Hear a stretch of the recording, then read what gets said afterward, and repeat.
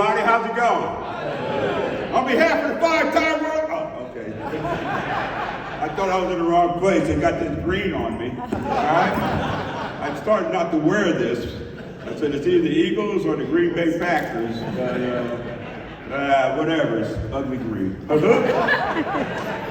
What a pleasure it is to be here. How you guys doing this morning? All right. I'm proud to be here as a Pro Football Hall of Famer. All right. After a long journey trying to get to the Pro Football Hall of Fame, I would have worn my gold jacket, but I slept in it for the last 2 nights. And it's kind of but I did bring my Hall of Fame ring, all right? Y'all can check that out. That's pretty cool, huh? You waited a long time. I waited 38 years to get into the Pro Football Hall of Fame. But you know, sometimes along that journey, you gotta, when it rains, you gotta let it rain, okay? There's nothing you can do about it. Just be prepared at the other end when the rain stops. Be prepared to take advantage of the opportunity when it comes along.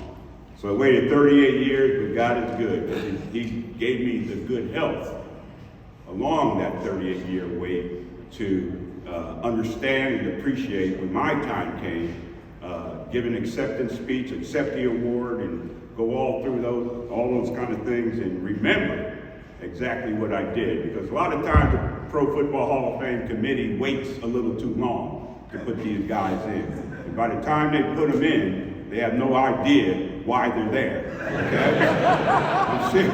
You know, they get head knocks and dementia and all those kind of things, but the good Lord blessed me with good health, and that was the number one thing and the reason why I was able to accept that award and be part of that great ceremony and get my gold jacket and be with all those other Hall of Famers.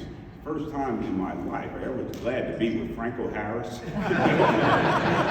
On the same team with those guys. Pretty cool. Pretty cool. But anyway, my journey brings me here today, all right? To the TACC convention, and glad to be with y'all this morning. I'm sorry I overdressed. You know, I got jeans and cowboy boots still. I could have came like that, button-down shirts, but I came a little overdressed, but you know, this is how we did it. You know, back in the day when we traveled to games, you know, we dressed up. Coach Landry had us wearing ties and suits and stuff like that because he was preparing us for life after football, because he knew the money we were making during the time we played was never going to be enough to live off in your life after football if you're blessed to have a lot of life after football, which I've been blessed.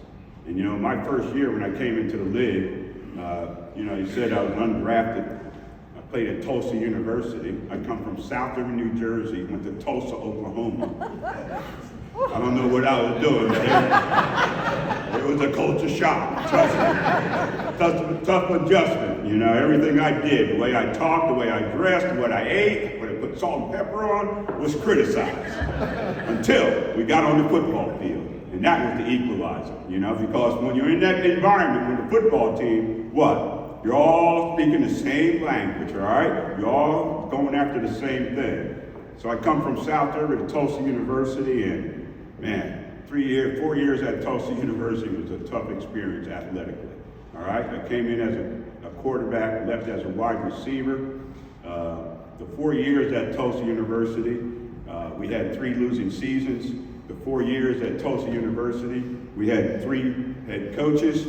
And the 4 years at Tulsa University, we were on probation 3 of those 4 years. So in that negative environment, of course, me individually couldn't prosper. I moved from quarterback to wide receiver, caught 55 passes in 2 years. So when it came time for the NFL draft, 17 rounds of that NFL draft, 452 players in that NFL draft, and nobody thought Drew Pearson was good enough to waste a draft. Now, I'm almost over that, okay? You can't dwell on the negative. You got to move on in life, all right? And I had to get past that, okay? So as an undrafted free agent, I had a chance to sign with the Green Bay Packers, the Pittsburgh Steelers, or the Dallas Cowboys. Now, at Tulsa, we didn't have much success athletically, but academically, I got a great education there. And because of that, it made me smart enough to realize Green Bay was no place for this brother, wide receiver, to be catching passes in that cold weather. I don't know how you catch a pass like that. We had no gloves back then or nothing like that. I wouldn't go to Green Bay.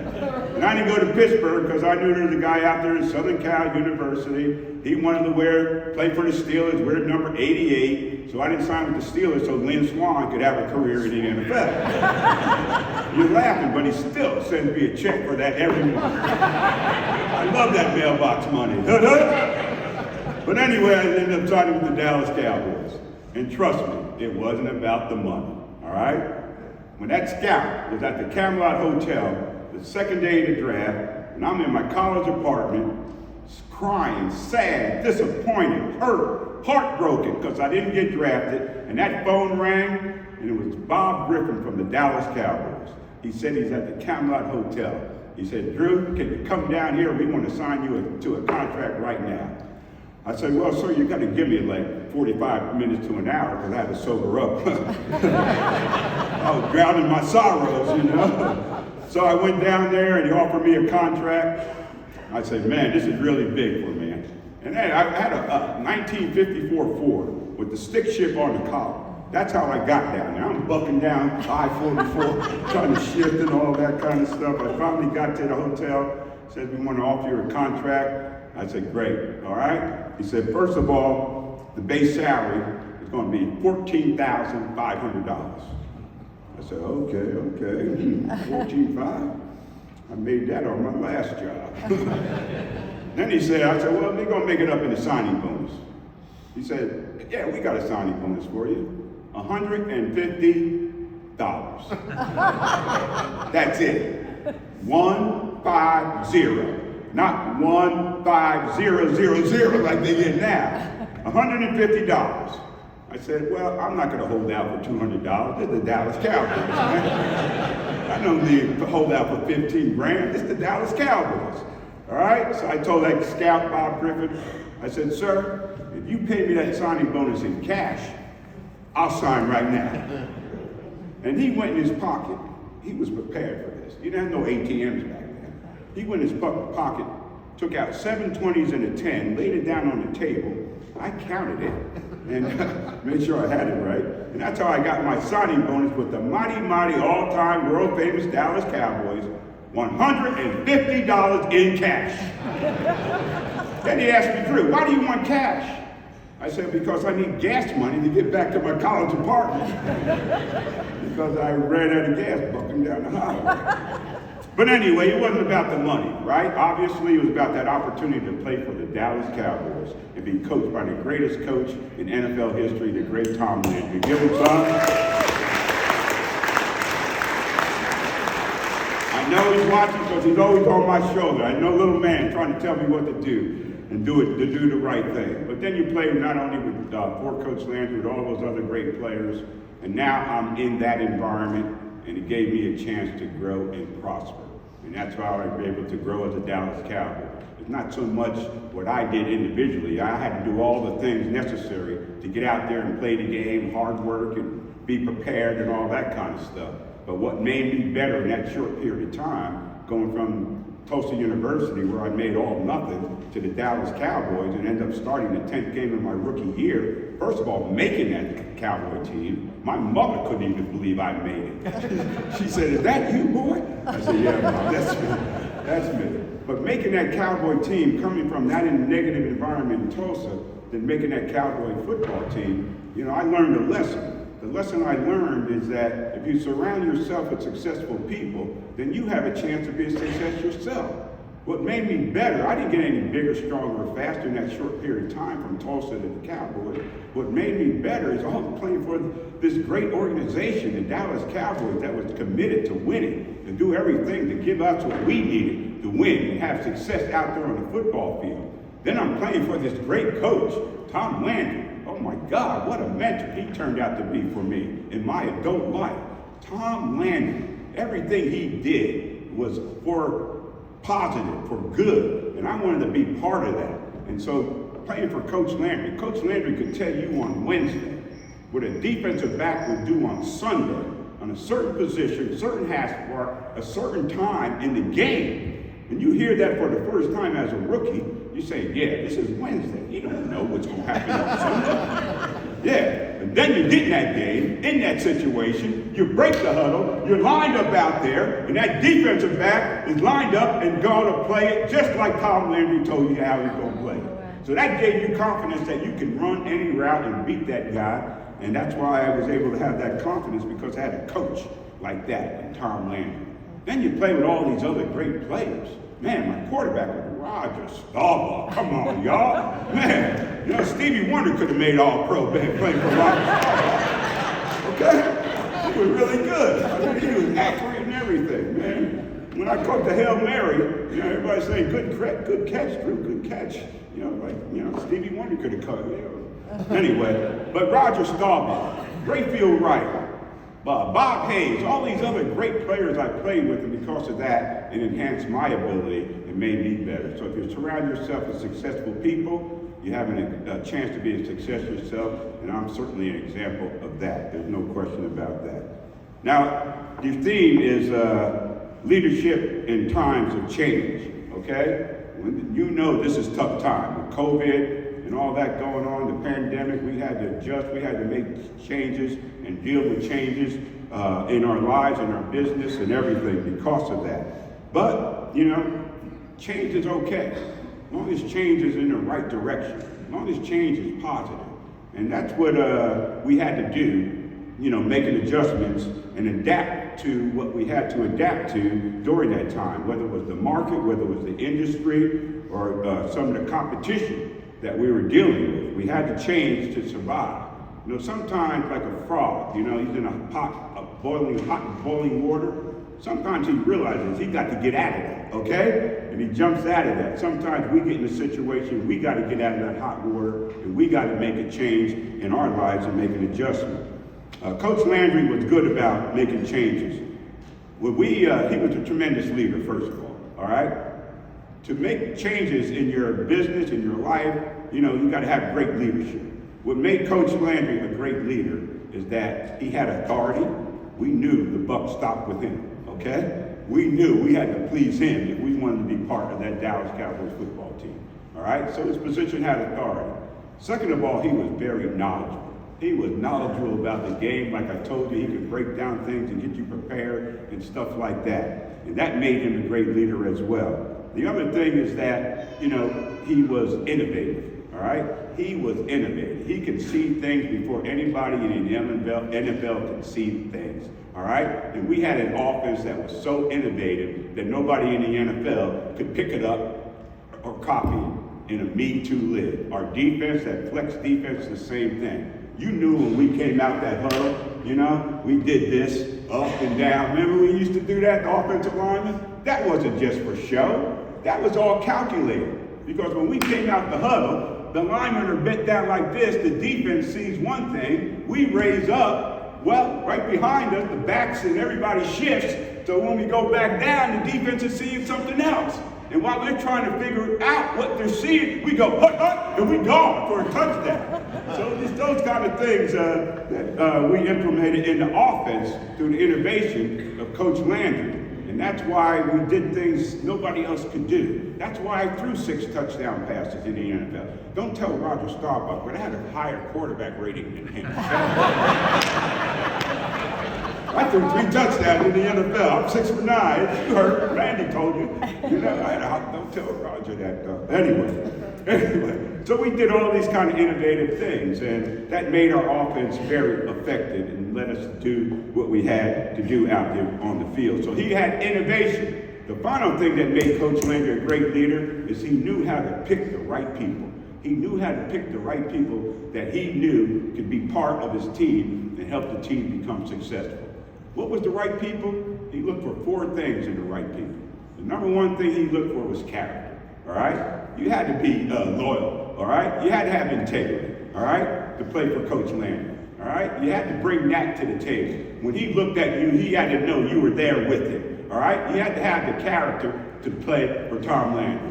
When you look at character, when you think of character, and you look at a dictionary, Roger Staubach's face is right there, right? Leroy Jordan, Bob Lilly. Talk about character, Mel Ranford, Bob Hayes, Drew Pearson, right? Drew Pearson. You know, that's character. And he was looking for it. That was the number one thing he had to have. The second thing he had to have was intelligence. You had to be smart to play for Tom Landry. All right, Tom Landry was smart himself. All right, he graduated from the University of Texas, engineering degree. He flew fighter pilots in World War II, III, IV, I don't know which one, but he flew them and he survived that. So he was smart himself. So he was looking for intelligence because you had to bring that, because you had to be able to grasp the system and what he was trying to coach. And he needed players that were able to do that. You know, Calvin Hill, what school did he come from? Yale University. Wow, intelligent? Yeah.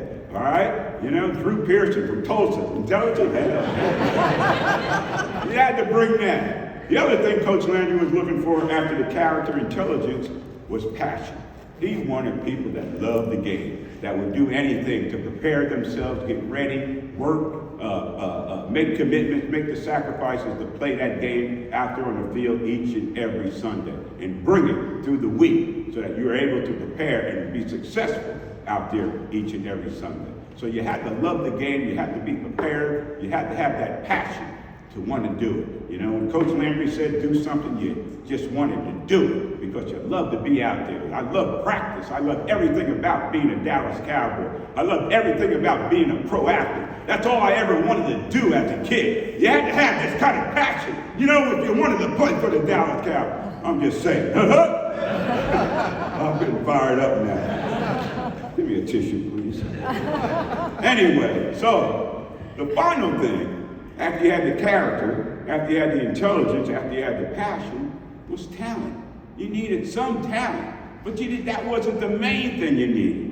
And that's why he gave a guy like Drew Pearson a chance to succeed. I had some talent, yeah, I could catch the football, but I wasn't big. I was 165 pounds playing for the Dallas Cowboys. I'd come out of the game weighing 155. So I got back to my trunk of the car. Yeah. Anyway, Coach Landry said, Drew, no wonder nobody can cover you. All you got to do is just stand sideways. Nobody will see you out there.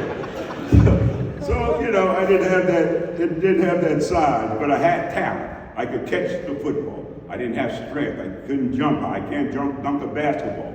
I wasn't fast. But Bob Hayes, you heard of Bob Hayes, the late great Bob Hayes, right? The world's fastest human, world record holder, Olympic gold medalist. I could beat Bob Hayes to the football, all right? Coming off the line, he could beat me. But when that football in the air, that's where my speed kicked in. And I could beat Bob Hayes to the football, and that made the difference. So I did have some talent. And if you had all those kind of things, you had a chance to be successful in the Dallas Cowboys system. And that's what I did. I brought all that to the table, and I was able to be successful with the Dallas Cowboys because of that. So now we get in a situation with his leadership. In 1974, that's the only year in the 11 years I played with the Cowboys, we didn't make the playoffs. All right? We were 8-6. We started off 1-4. We couldn't make it up. We didn't make the playoffs. So Coach Landry comes into training camp the next year. He says, we got to make some changes, okay? We got to do things a little different, all right? And he brought that innovation. It was mostly with the offensive side of the football. And the reason with the offensive side he felt we could make changes is because we had the personnel he felt that can make those kind of adjustments. And so that's when he implemented the shotgun formation. This is in 1975. You see it all over college football, pro football now. But Coach Landry was doing this in 1975, and no one else in the NFL was doing this, all right? But the reason we were able to implement that is because we were the players, he knew he had the personnel and the players to make that adjustment, make that change, make that change to make the offense better. And when the first person he had to convince that it was okay was the quarterback, Roger Staubach. And of course, Roger was on board with that because he knew. And the reason we had to make this change with the shotgun with Coach Landry's mind is because defensive ends were dominating the game. They were getting to the quarterback. The quarterback was having less time to throw. So he was trying to devise a way to give the quarterback a better look at the defense and more time once he got the ball to read that defense and throw that ball to the open receiver. That's why he implemented that change. It wasn't for beauty or, you know, the look. It had calculated reasons why the change was being made. So in that situation, we had to play the Minnesota Vikings with this shotgun formation. The Vikings had this veteran team, Carl Ella, Jim Marshall, just great players. And that shotgun formation came into play in that game. In that game in Minnesota, the frozen tundra, metropolitan Minnesota, it was cold that day. Eerie, overcast skies. The stadium was the worst stadium I ever played in my life. I mean, it was so old, the old Met, all right? Baseball field on this side, stands way in the back.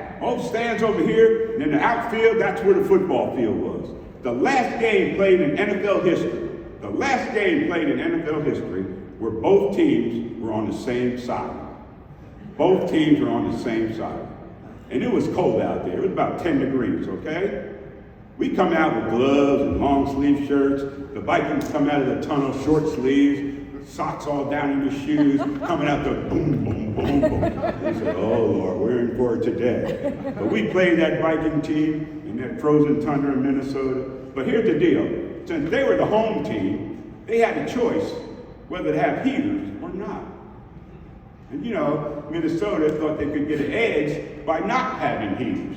So we didn't have any heaters on our side like that whole game. But that didn't matter. We said that's gamemanship, Now they call it cheating. We call it gamemanship. That's Tom Brady. That's Belichick.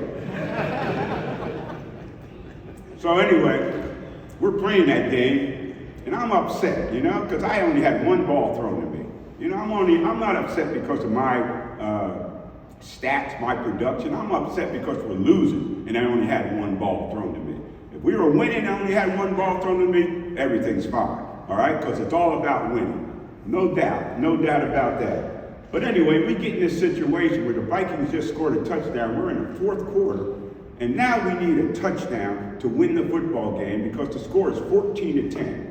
And the Vikings kick off to us, and we fumble it around. Now we got to go 91 yards for a touchdown to win this football game against a Viking defense that was so veteran and so set in their ways, it went against them.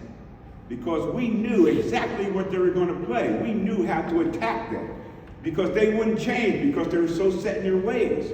But anyway, we get in the huddle, we get bogged down with a third down. Roger hits me on the sideline for the first down. Then we get bogged down again. We had a fourth down and 17. 4th and 17. All right? But here's the deal. On those plays, all the way through this drive, Coach Landry did not call one of those plays. You know who called all those plays? Roger Staubach. Because he became the leader out on the field. And Coach Landry had confidence in him as a leader to handle that situation because he coached them up to handle that situation. Just like the Cowboys should have coached up Dak on that last drive against San Francisco. You let Dak call the plays. You don't have somebody calling plays that they studied on Thursday and Friday. You ask Dak to call the plays. You ask Amari Cooper, what can you get open, Amari? Wilson, what do you got? What do you got? And even if you're not successful, Dak, in that situation, you learn from it, all right? But you got to coach up your player to be the quarterback to be that leader in that situation. And Landry coached up Roger to be that leader, and that's why he was able to call those plays. And when Roger got in the huddle in that situation, you know what he did? We in that huddle, he came in. You know what he said? Drew, what do you got? What do you got?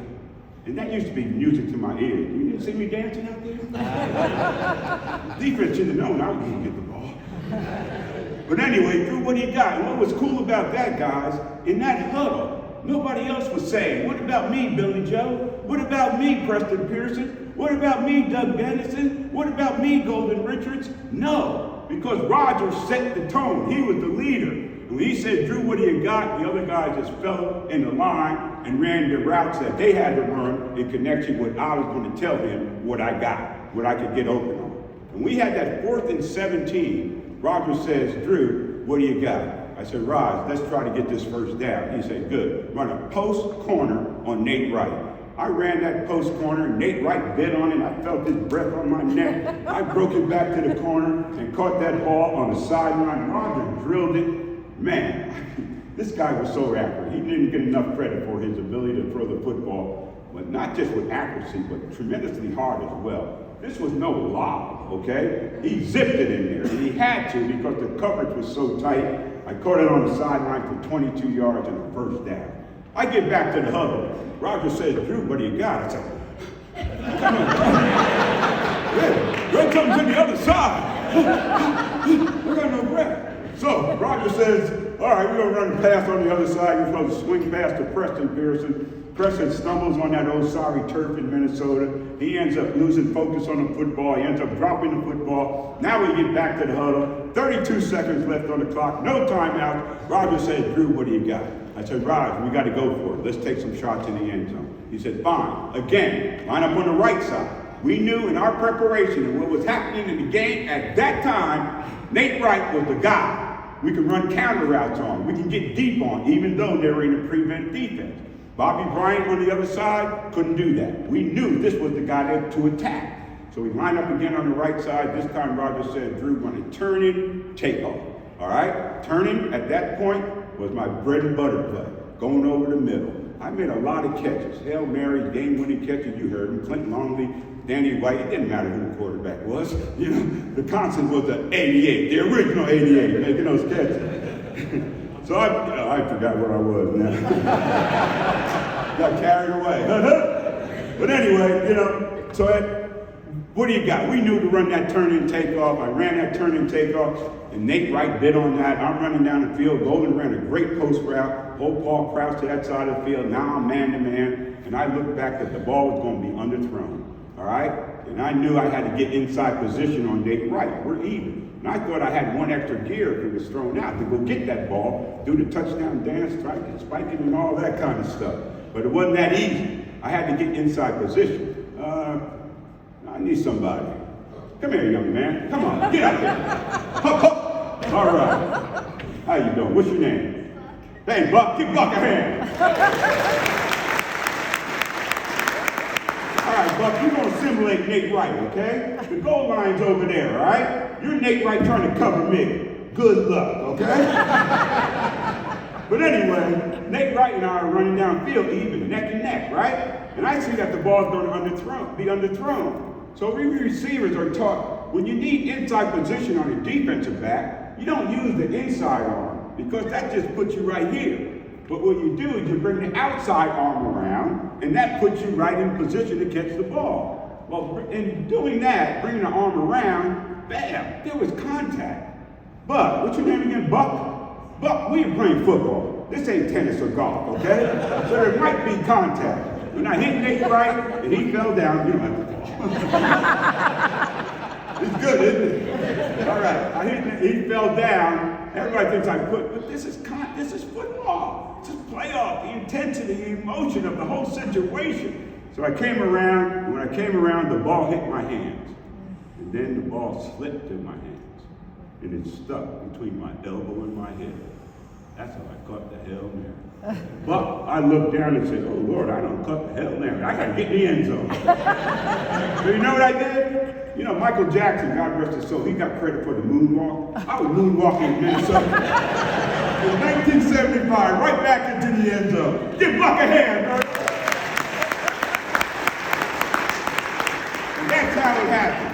But that's the change we had to make in the offense in that offseason to put us in a position in that playoff game to make a play like that from the shotgun formation, because that shotgun gave Roger more time to find me downfield to make the pass to win that football game. So change is important in life, and change is important in all aspects of our life, in our personal life, in our business life, our religious life, our charitable life. We have to make adjustments to stay on top of the game. And that's what it's all about, to stay ahead of the game. Now, we got an interview coming up, all right? But before I do this, let me leave you with this. Will there be tomorrow? How can you be sure? There ain't always next season. There ain't always an open door. Life is dear, don't you waste it. The future, no one can see. So step aside and let it be. Tomorrow may wash away, so don't put off what you can do today. Take advantage while you are here, because this moment is all there is. TACC. Thank you for the moment. God bless you all.